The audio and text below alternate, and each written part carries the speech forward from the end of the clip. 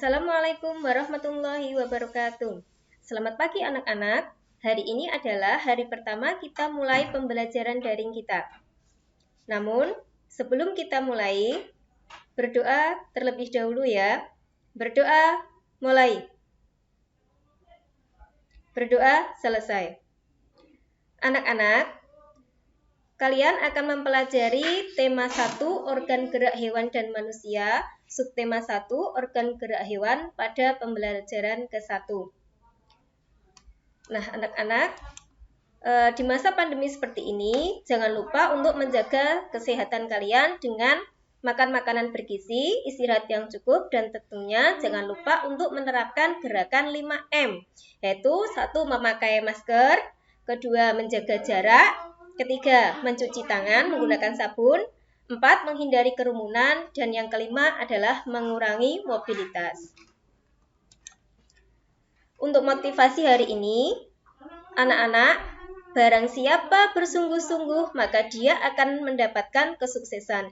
Jadi anak-anak jangan mengeluh, jangan malas untuk melakukan atau menyimak pembelajaran daring ya, karena siapa yang bersungguh-sungguh, maka ia akan mendapatkan kesuksesannya. Untuk tujuan pembelajaran hari ini, pertama, dengan mengamati gambar, peserta didik dapat menganalisis organ gerak hewan dan fungsinya dengan benar. Kedua, dengan membaca dan mengamati bacaan, peserta didik dapat menentukan ide pokok setiap paragraf dalam bacaan dengan benar. Yang terakhir, dengan membaca dan mengamati bacaan, peserta didik dapat mengembangkan ide pokok menjadi paragraf dengan tepat. Sekarang, kita mulai ya. Anak-anak, kalian perhatikan gambar yang ada pada layar. Nah, di sini ada 2 orang yang sedang bercakap-cakap. Pak, lucu ya, kelinci-kelinci itu bulunya tebal dan gerak-geriknya lincah. Kenapa kelinci bisa meloncat dan berlari dengan lincah seperti itu ya? Nah, jawab si bapak, benar. Kelinci dapat bergerak lincah karena didukung oleh organ-organ geraknya. Pada dasarnya, organ gerak kelinci serta hewan lainnya hampir sama dengan organ gerak manusia. Tanpa organ gerak, kita tidak bisa melakukan kegiatan apapun. Dari percakapan tersebut, apa organ gerak pada kelinci menurut kalian? Betul sekali, organ gerak pada kelinci adalah kaki. Nah, apa ya fungsi organ gerak pada kelinci? Siapa yang bisa jawab? Ayo. Iya, fungsinya adalah untuk meloncat dan berlari. Selanjutnya, simak ya anak-anak. Organ gerak pada makhluk hidup. Salah satu ciri makhluk hidup adalah bergerak. Apa sih bergerak itu, Bu? Bergerak dapat diartikan sebagai kegiatan berpindah tempat atau berubah posisi, baik sebagian atau seluruh tubuh. Nah, misalnya Bu Guru menoleh, ya, menoleh ke arah kanan, menoleh ke arah kiri. Nah, apakah ini disebut bergerak? Iya, karena itu termasuk gerak berubah posisi. Nah, kalau yang berubah posisi lagi Bu, yang seluruh tubuh, contohnya apa? Berjalan dan berlari. Alat gerak setiap hewan berbeda-beda, begitu pula dengan fungsinya. Hal ini dikarenakan tempat hidup hewan ada yang di darat, di air, dan di udara. Anak-anak sekarang perhatikan 3 gambar pada layar ya. Gambar yang pertama, gambar apakah ini? Gambar ikan sedang berenang. Apakah alat gerak pada ikan? Apakah kalian tahu? Iya, alat gerak pada ikan adalah sirip dan ekor. Fungsinya untuk berenang. Gambar kedua, ini adalah gambar rusa yang sedang berlari. Apakah organ gerak rusa? Organ gerak rusa adalah, kita lihat, ini adalah kaki. Apa fungsi kaki pada rusa? Fungsinya adalah untuk berjalan dan berlari. Rusa hidup di darat. Sekarang hewan yang terakhir adalah kupu-kupu. Kupu-kupu adalah hewan yang hidup di udara. Apa sih alat gerak kupu-kupu? Coba ini apa anak-anak? Iya, ini adalah gambar sayap. Sayap merupakan alat gerak kupu-kupu yang berfungsi untuk terbang. Sejauh ini apakah kalian sudah memahami alat gerak hewan? Selanjutnya anak-anak kita bahas alat gerak dibedakan menjadi dua. Yang pertama adalah alat gerak aktif, yaitu otot. Mengapa otot disebut alat gerak aktif? Alasannya karena otot dapat menggerakkan tulang.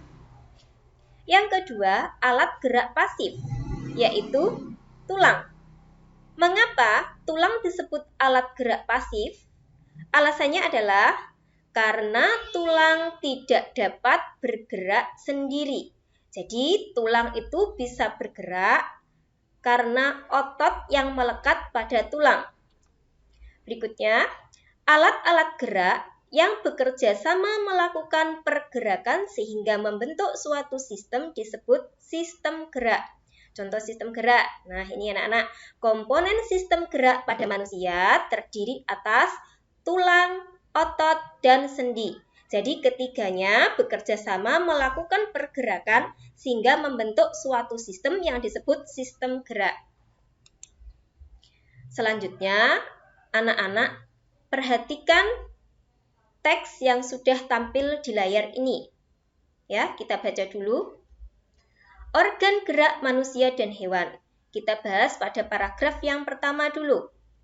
Salah satu ciri dari makhluk hidup adalah bergerak. Secara umum, gerak dapat diartikan berpindah tempat atau perubahan posisi sebagian atau seluruh bagian dari tubuh. Makhluk hidup akan bergerak apabila ada rangsangan yang mengenai sebagian atau seluruh bagian tubuhnya. Nah, kalian tadi sudah memahami tentang organ gerak. Nah, di paragraf ini kalian sudah perhatikan apa isi paragraf ke-1.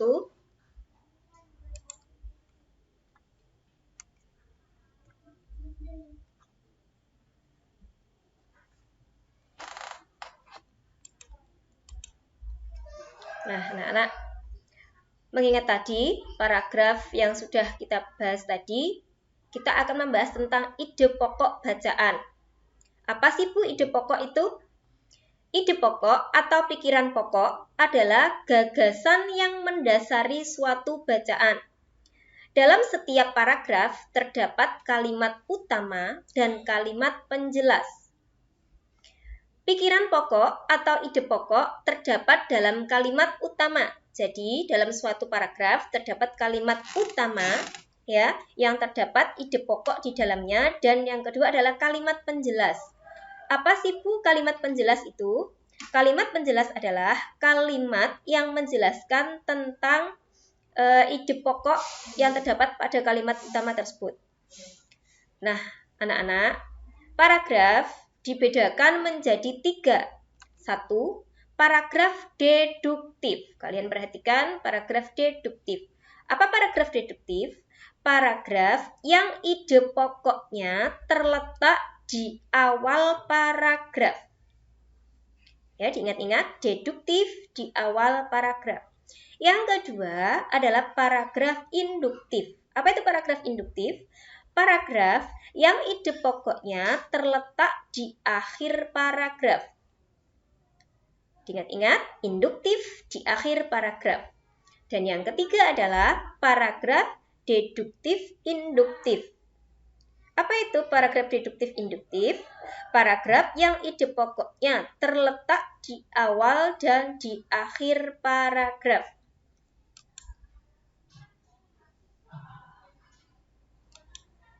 Nah, sekarang kita pelajari dulu bagaimanakah cara menentukan ide pokok. Cara menentukan ide pokok yaitu dapat dicari dengan cara membaca sekilas atau skimming. Apa itu membaca sekilas atau skimming?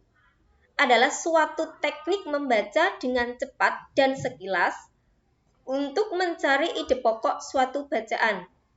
Langkah-langkah membaca sekilas ada 5 langkah. 1. Siapkan diri dan pusatkan perhatian pada teks bacaan. Kedua, pahami judul bacaannya. Yang ketiga, bacalah teks secara sekilas dan temukanlah ide pokok pada kalimat utama tiap paragraf. 4. Tentukan hubungan pertalian makna judul dengan gagasan pokok dalam paragraf. Terakhir, yang kelima adalah rumuskan ide pokok dari teks yang kamu baca. Nah, kita kembali ke awal lagi. Dari paragraf ini, paragraf yang pertama dulu. Salah satu ciri dari makhluk hidup adalah bergerak. Secara umum, gerak dapat diartikan berpindah tempat atau perubahan posisi sebagian atau seluruh bagian dari tubuh. Nah, menurut kalian anak-anak, ide pokoknya terletak di manakah untuk paragraf yang pertama? Apakah di kalimat pertama, di kalimat kedua, atau kalimat yang terakhir? Nah, cari. Judulnya kita tadi sudah ya memahami judulnya. Pahami dulu judulnya, organ gerak manusia dan hewan. Setelah itu kita baca sekilas atau skimming untuk mencari ide pokok. Cari kalimat utama yang masih umum. Jawabannya adalah iya, yaitu di paragraf yang ini ya, di kalimat yang pertama. Ini termasuk kalimat utama karena sifatnya masih umum. Salah satu ciri dari makhluk hidup adalah bergerak. Nah, ini adalah termasuk ide pokok dari paragraf pertama adalah salah satu ciri dari makhluk hidup adalah bergerak. Nah, kalimat pengembangnya yang mana? Apa itu kalimat pengembang? Kalimat pengembang sama saja dengan kalimat penjelas. Kalimat penjelas adalah kalimat yang menjelaskan ide pokok. Di sini membahas tentang bergerak ya, anak-anak, di paragraf ke-1.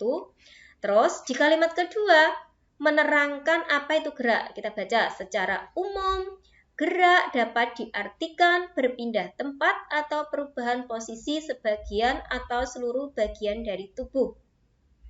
Nah, dari sini anak-anak bisa mengenali kan ide pokoknya ya. Ide pokoknya pada kalimat utama yaitu di kalimat ke-1 dan yang kalimat kedua juga sisanya termasuk kalimat pengembang. Tugas kalian anak-anak pada LKPD ke-1 nanti kalian ya kerjakan di rumah, setelah itu dikirimkan ke Bu Guru. Kalian kerjakan LKPD 1 mencari ide pokok dan kalimat pengembang pada paragraf kedua, paragraf ketiga, paragraf keempat, dan yang terakhir adalah paragraf kelima. Nanti dikirimkan Bu Guru. Berikutnya anak-anak,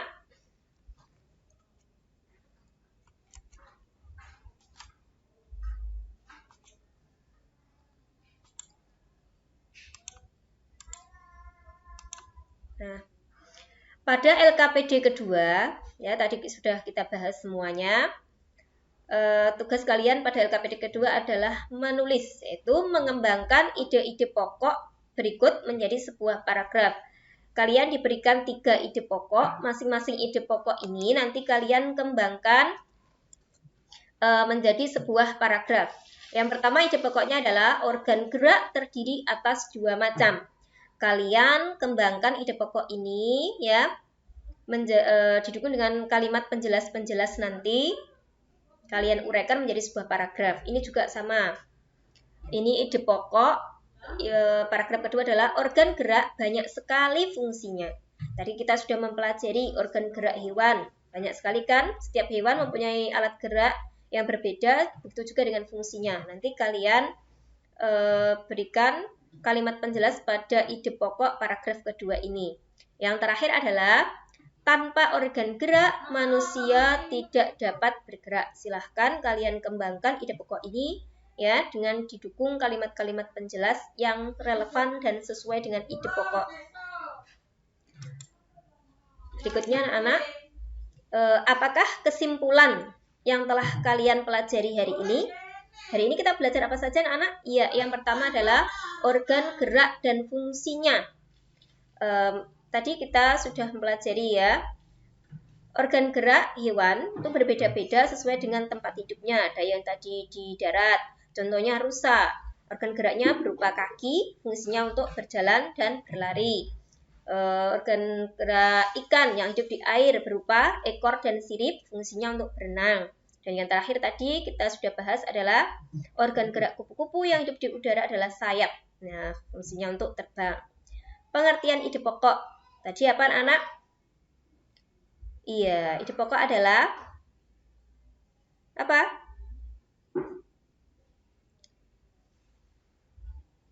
Ide pokok adalah pokok permasalahan yang menjadi inti suatu bacaan. Nah, ide pokok adalah gagasan yang mendasari suatu bacaan. Terus, bagaimana cara mencari ide pokok? Yaitu dengan membaca sekilas atau skimming. Nah, yaitu membaca dengan cepat dan sekilas untuk mencari ide pokok suatu bacaan. Nah, cukup sekian ya anak-anak pembelajaran kali ini. Besok kita akan berjumpa kembali. Terima kasih. Semoga pembelajaran hari ini bermanfaat ya, dan selamat mengerjakan tugas yang berikutnya. Jangan lupa anak-anak untuk mempelajari pembelajaran kedua pada tema yang sama dan subtema yang sama. Terima kasih, selamat mengerjakan tugas. Wassalamualaikum warahmatullahi wabarakatuh.